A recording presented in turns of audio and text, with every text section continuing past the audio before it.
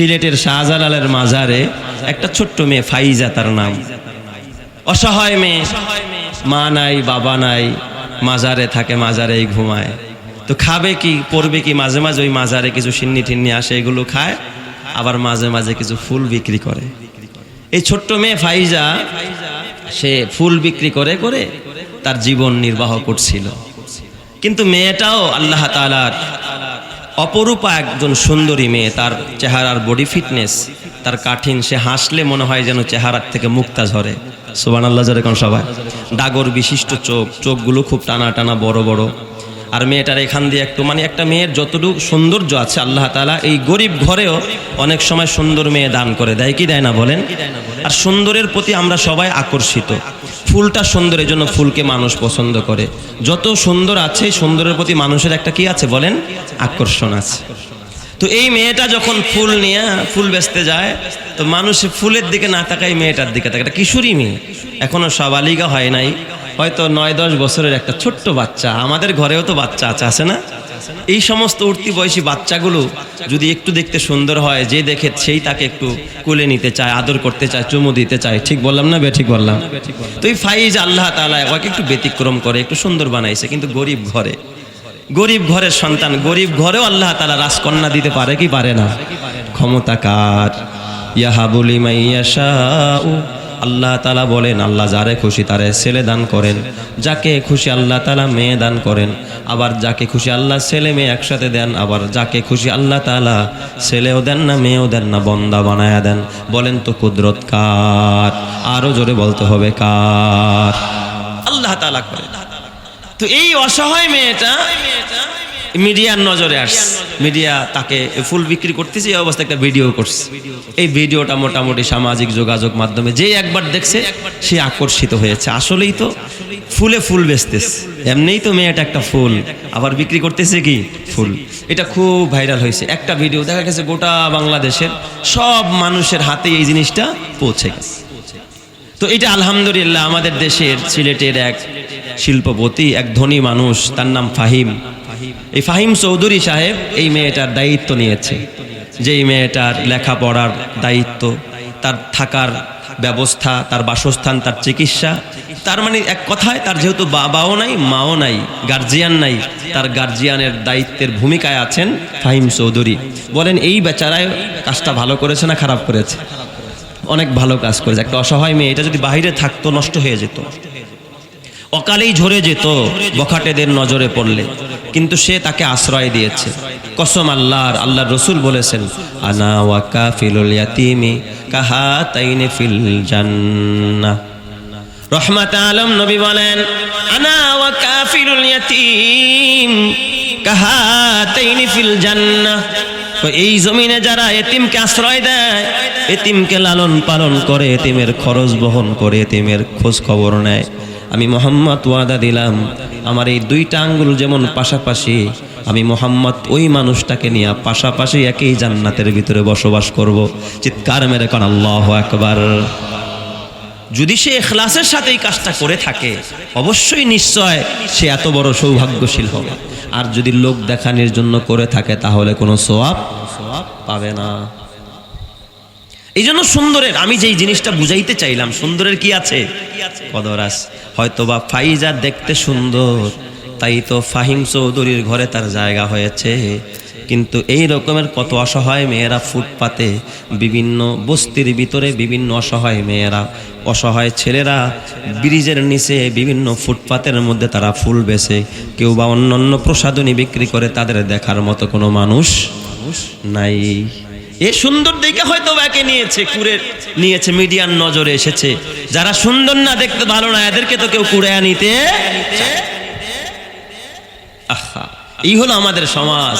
আর বিশ্ব মানবতার মুক্তির দূত, দিশেহারা মানুষের মুক্তির দিশারি প্রিয় নবী কখনো এতিম অসহায়কে দেখলে রাস্তায় ফেলে দিতেন না, তাকে কুড়ে নিয়ে ঘরে নিয়ে আদর করে নিজের সন্তান বানায়া কাছে নিয়ে আদর করতেন। জোরকান সুবহানাল্লাহ। তাই তো আমার আল্লাহ তাআলা কয়, ফাআম্মাল ইয়াতীমা ফালা তাকহার।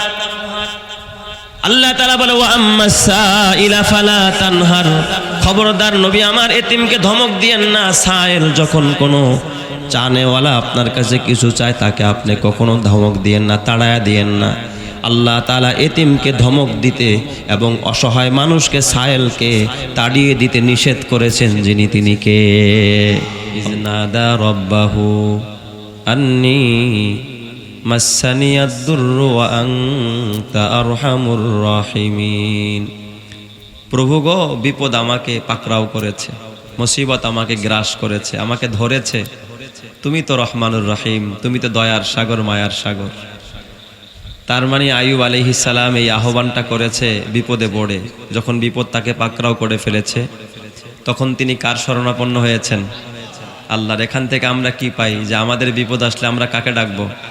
খাজা বাবারে, নেতারে, মাজারে, বাজারে, দলের নেতারে, কারে?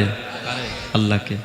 আন্নী মাসানিয়াদ দুররু ওয়া আনতা আরহামুর রাহিমিন। আল্লাহ, আমারে বিপদ পাকড়াও করেছে, তুমি তো দয়ার সাগর, মায়ার সাগর। দেখেন তার বলার ভঙ্গিটা কেমন। তুমি আমার বাঁচাও, ওই কথাও বলেন আল্লাহ আমারে বিপদে দরসার, তুমি তো দয়াশীল, দয়ার সাগর, মায়ার সাগর, করুণার আধার, তোমার তো দয়ার অভাব নাই, অথচ আমারে বিপদে ধরে বসছে। এইভাবে যখন আল্লাহ তাআলা পয়গম্বর হযরত আইয়ুব আলাইহিস সালাম আল্লাহকে ডাকতেছিলেন, আল্লাহ তাআলা বলেন ওয়া আইয়ুবা ইয নাদা রাব্বাহু আন্নী মাসানিয়াদ দুররু ওয়া আনতা আরহামুর রাহিমিন। এইভাবে আইয়ুব নবী যখন ডাকলেন, আল্লাহ তাআলা বলেন ফাস্তাজাবনা লাহু ফাকাশাফনা মা বিহি মিন দুররিন ওয়া আতাইনাহু আহলাহু ওয়া মিসলাহুম মাআহুম রাহমাতাম মিন ইনদিনা ওয়া যিকরা লিল আবিদিন। আল্লাহ বলেন আমি আমার আইয়ুব যখন আমাকে মিনতি মাখা কণ্ঠে, আমাকে যখন আবেগ ভরা হৃদয় নিয়ে বিনীত কণ্ঠে যখন আমি আল্লাহকে ডেকেছে, আমি আল্লাহর সাথে সাথে আমার আইয়ুবের ডাকে সাড়া দিয়া দিছি। ডাকলে যিনি সাড়া দেয় তিনি কে? আল্লাহর সাড়া দিতে কি দেরি হয় নাকি? উদউনি আস্তাজিব লাকুম। আল্লাহ বলে বান্দা আমাকে ডাকো, তোমার ডাকতে দেরি হবে, আমার সাড়া দিতে দেরি হবে না। এই জন্য আইয়ুব নবীর ডাকে সাড়া দিছেন কে? আল্লাহ। ফাস্তাজাবনা লাহু, আল্লাহ বলে আমি আমার আইয়ুবের ডাকে সাড়া দিয়া দিলাম। শুধু সাড়া দিলাম তা না, আল্লাহ তাআলা বলেন ফাকাশাফনা মা বিহি মিন দুররিন। আমার আইয়ুবের যত বিপদ ছিল, যত মুসিবত ছিল, আমি রব্বুল আলামিন, যেহেতু আইয়ুব আমাকে বলেছে আমি নাকি রহমান, আমি নাকি রহিম, ওয়া আনতা আরহামুর রাহিমিন, আমাকে রহমান ও রহিম বলে ডেকেছে, আমি আল্লাহ আইয়ুব নবীর সকল বিপদ আপদগুলো দূর করে দিলাম। সুবহানাল্লাহ।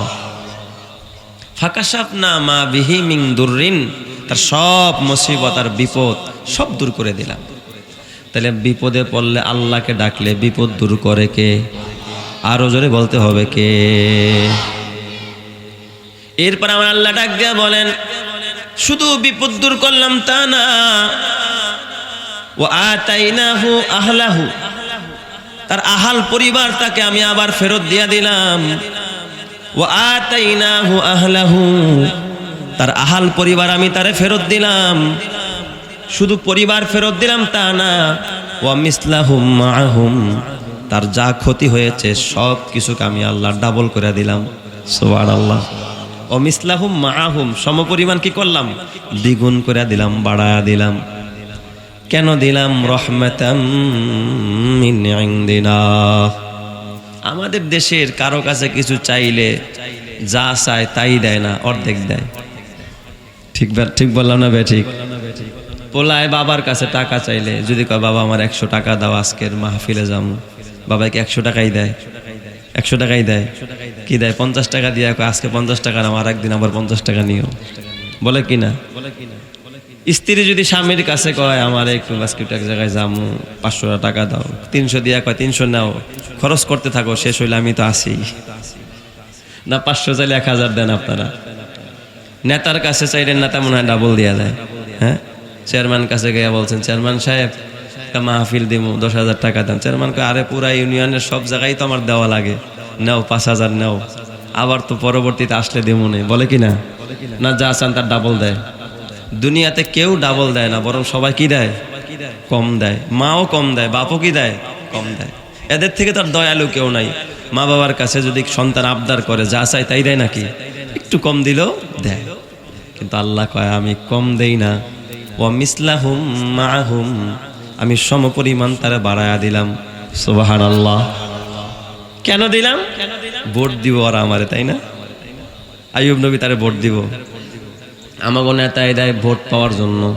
আপনাদের এলাকার কথা বলছি, আমি আমার এলাকার কথা বলি। আমার এলাকার নেতারা যা কিছু দেয় সমাজে সব কি পাওয়ার জন্য। তাই তো তারা ক্যামেরা দিয়া ভিডিও করে, মানুষ দেখাইতে হবে, তাই না? আপনাদের এলাকার মানুষ খুব ভালো, আলহামদুলিল্লাহ। আমি আমার এলাকার কথা বলছি আর কি। তারা দেয় ভোট পাওয়ার জন্য, সমর্থন পাওয়ার জন্য, প্রশংসা কুড়ানোর জন্য। বলেন তো আমার আল্লাহ দিয়েছে কি জন্য?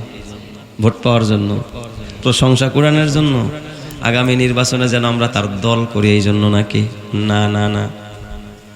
আল্লাহ তাআলা ডাক দেয়া কয় বান্দা ওয়া মিসলাহুম মাহুম, আমি আল্লাহ আমার আইয়ুবকে ডাবল করে দিলাম, সমপরিমাণ বাড়ায়া দিলাম। কেন দিলাম? ভোট পাওয়ার জন্য না, সমর্থন নেওয়ার জন্য না। সে আমার প্রশংসা করবে, প্রশংসা কুড়ানোর জন্য নয়। রহমাতাম মিন ইনদিনা, এটা হলো আমি রবের পক্ষ থেকে আমার আইয়ুবের জন্য একটা সারপ্রাইজ। সুবহানাল্লাহ, যেরকম সবাই রহমাতাম মিন ইনদিনা, এটা হলো আমার দয়া। আমি আল্লাহ আমার আইয়ুবরে ডাবল করে দিলাম। আমি দয়া করেছি, মায়া করেছি, ভালোবেসে আমি আমার আইয়ুবকে আমি ডাবল দিয়েছি। সুবহানাল্লাহ বলবেন না সবাই? এরপর আল্লাহ তাআলা বলে ওয়াজিকরা লিল আবিদিন। আর এই আয়াতের মধ্যে আমি যেই কথাগুলো বলেছি এর মধ্যে ইবাদত গুজার বান্দার বান্দিদের জন্য উপদেশ আছে, নসিহত আছে, ওয়াজ আছে। ওয়াজ, জিক্রুন শব্দের অর্থ হলো ওয়াজ, নসিহত, উপদেশ। আল্লাহ তাআলা বলেন ওয়াজিকরা লিল আবিদিন। আমার আল্লাহ বলেন বান্দা, এই আয়াতের মধ্যে আমি আল্লাহ তাআলা যেই কথাগুলো বলেছি এই কথাগুলোর মধ্যে আমি আল্লাহ ইবাদত গুজার বান্দা বান্দি যারা যারা ইবাদত করে, চাই সে নারী হোক, পুরুষ হোক, ধনী হোক, গরিব হোক, আমি সকলের জন্য উপদেশ রেখেছি। গ্রহণ করার মতো উপকরণ আমি আল্লাহ আয়াতের মধ্যে রেখেছি। চিৎকার মেরে কোন আল্লাহু আকবার। তাহলে এই আয়াতের মধ্যে কিছু উপদেশ আছে। এইটা কি আমার বানানো কথা? এই কথা কে বলছেন? আল্লাহ নিজে বলেন ওয়াজিকরা লিল আবিদিন, এই ইবাদত গুজারদের জন্য কিন্তু এর মধ্যে উপদেশ আছে। তাহলে ওই উপদেশটা কি? এটা করার নামই হলো তাফসীর। আল্লাহ কি উপদেশ রাখলেন এই আয়াতে? আপনাদের মনোযোগ আছে সবার? আল্লাহ তুমি সকলকে হেদায়েত দান করো, জোরে কর আমিন। বনি ইসরাইলে আল্লাহ তাআলা অসংখ্য অগণিত নবী রাসূল প্রেরণ করেছেন। এই নবীদের মধ্যে একজন উল্লেখযোগ্য নবীর নাম হযরত আইয়ুব আলাইহিস সালাম। নবীর নাম কি? নাম শুনছেন আপনারা? কে কে শুনছেন? মাশাআল্লাহ, সবাই শুনছে, আলহামদুলিল্লাহ। হাত নামান, মাশাআল্লাহ। চিনেন তো সবাই তারে? চিনেন না? হ্যাঁ চিনেন। এক মাহফিলে আমি গেছি, মুসা আলাইহিস সালামের আলোচনা আসছে। জিজ্ঞেস করছি মুসা নবীরে চিনেন কে? তো এক ছেলে, স্কুলের ছাত্র, স্টুডেন্ট মানুষ, হাত তুলে কয় হুজুর আমি চিনি। তো বড় আজব কথা, মুসারে সে চিনে। আচ্ছা বাবা তুমি কেমনে চেনো বলো তো? কয় হুজুর আমাগো বাসার দোতলায় ভাড়া থাকে। মানে মুসা নামের এক ছেলে অগো বাসার দোতলায় থাকে। ও মনে করছে এই মুসা, হেই মুসা। তো এই আইয়ুব কে আর সেই আইয়ুব নাকি? কথা কয় না কেন? এই আইয়ুবকে নবী বানাইছেন যিনি, তিনি কে? আল্লাহ যারে নবী বানাইছেন। তো এই আইয়ুব আলাইহিস সালামকে আল্লাহ তাআলা হরেক রকমের নিয়ামতে ভরপুর করে দিয়েছিলেন। এমন কোন নিয়ামত নাই যা আল্লাহ তারে দেয় নাই। নিয়ামত যা আপনারা বুঝেন নিয়ামত, এমন কোন নিয়ামত নাই যা আল্লাহ তাআলা আইয়ুব নবীরে দেয় নাই। সব রকমের নিয়ামত দিস। একটা বউ দিস আল্লাহ তাআলা, যুগ সেরা একজন কন্যা। সুবহানাল্লাহ বলবেন না সবাই? বিবি যদি সুন্দরী হয় আর ভালো হয়, এর থেকে আর বড় নিয়ামত আছে কিছু? যার ঘরের বউ ভালো তার সব ভালো। যার ঘরের বউ ভালো নাই দেখবেন সব জায়গায় প্যাস। অফিসে গিয়ে অশান্তি নাই, রাজপথে গিয়ে অশান্তি নাই, খাইতে গিয়ে অশান্তি নাই, ঘরে ঘুমাইতে গিয়েও কি নাই। তাই তো আল্লাহ রাসূল কি বলছেন? আদ-দুনিয়া কুল্লুহা মাতা ওয়া খায়রু মাতা'id দুনিয়া আল মারআতুস সালিহা। গোটা দুনিয়াটা নিয়ামতে ভরা, আর উত্তম নিয়ামত হলো একজন নেককার বিবি, নেককার সঙ্গিনী। সুবহানাল্লাহ বলেন সবাই। এই জন্য বিবি যদি নেককার হয়, ওই স্বামীর জন্য আর কোনো নিয়ামতের দরকার হয় না, এটাই তার জান্নাতি নিয়ামত। তো আইয়ুব আলাইহিস সালামের বিবি ছিলেন মা রহিমা, যিনি ইউসুফ নবীর কন্যা, নবীর মেয়ে। নবীর মেয়ে আবার নবীর কি স্ত্রী। ইউসুফ আলাইহিস সালাম পৃথিবীর মধ্যে একজন অন্যতম সুন্দর ছিলেন আমার নবীর পরে, ঠিক কি না? তাহলে ইউসুফ নবীর মেয়েটাও মনে হয় একটু কম সুন্দর, তাই না? কথা কয় না? কম সুন্দর না বেশি সুন্দর? ইউসুফ নবী যদি পৃথিবীর সেরা সুন্দর হয়, আল্লাহ যদি পৃথিবীর অর্ধেক সুন্দর ইউসুফ নবীরে দিয়ে থাকে, তাহলে তার ঘর থেকে যে কন্যা রহিমা জন্ম নিছে তার সৌন্দর্য কি কম নাকি? মানুষ তো এখন সুন্দরের পাগল, তাই না? যার সুন্দর বেশি তার প্রতি মানুষের আকর্ষণও বেশি। গরিব হতে পারে, অসহায় হতে পারে, এতিম হতে পারে, কিন্তু সুন্দরের আকর্ষণ আছে না নাই? এই যে ফুল সুন্দর, ফুলের প্রতি মানুষের আকর্ষণ আছে। ঠিক যখন কোনো মানুষ সুন্দর হয়, ওই মানুষটার প্রতিও আকর্ষণ বাড়ায় দেয় কে? আল্লাহ। দেখেন না আমাদের বাংলাদেশে সিলেটের শাহজালালের মাজারে একটা ছোট্ট মেয়ে, ফাইজা তার নাম, অসহায় মেয়ে, মা নাই বাবা নাই, মাজারে থাকে, মাজারেই ঘুমায়। তো খাবে কি, পড়বে কি? মাঝে মাঝে ওই মাজারে কিছু সিন্নি টিন্নি আসে, এগুলো খায়, আবার মাঝে মাঝে কিছু ফুল বিক্রি করে। এই ছোট্ট মেয়ে ফাইজা, সে ফুল বিক্রি করে করে তার জীবন নির্বাহ করছিল। কিন্তু মেয়েটাও আল্লাহ তাআলার অপরূপা একজন সুন্দরী মেয়ে। তার চেহারার বডি ফিটনেস, তার কাঠিন, সে হাসলে মনে হয় যেন চেহারার থেকে মুক্তা ঝরে। সুবহানাল্লাহ যেরকম সবাই। ডাগর বিশিষ্ট চোখ, চোখগুলো খুব টানা টানা বড় বড়। আর মেয়েটার এখান দিয়ে একটু, মানে একটা মেয়ের যতটুকু সৌন্দর্য আছে আল্লাহ তাআলা এই গরিব ঘরেও অনেক সময় সুন্দর মেয়ে দান করে দেয়, কি দেয় না বলেন? আর সুন্দরের প্রতি আমরা সবাই আকর্ষিত। ফুলটা সুন্দর, এই জন্য ফুলকে মানুষ পছন্দ করে। যত সুন্দর আছে, সুন্দরের প্রতি মানুষের একটা কি আছে বলেন? আকর্ষণ আছে। তো এই মেয়েটা যখন ফুল নিয়ে ফুল বেচতে যায়, তো মানুষ ফুলের দিকে না তাকায় মেয়েটার দিকে তাকায়। একটা কিশোরী মেয়ে, এখনো সাবালিকা হয় নাই, হয়তো 9-10 বছরের একটা ছোট্ট বাচ্চা। আমাদের ঘরেও তো বাচ্চা আছে না?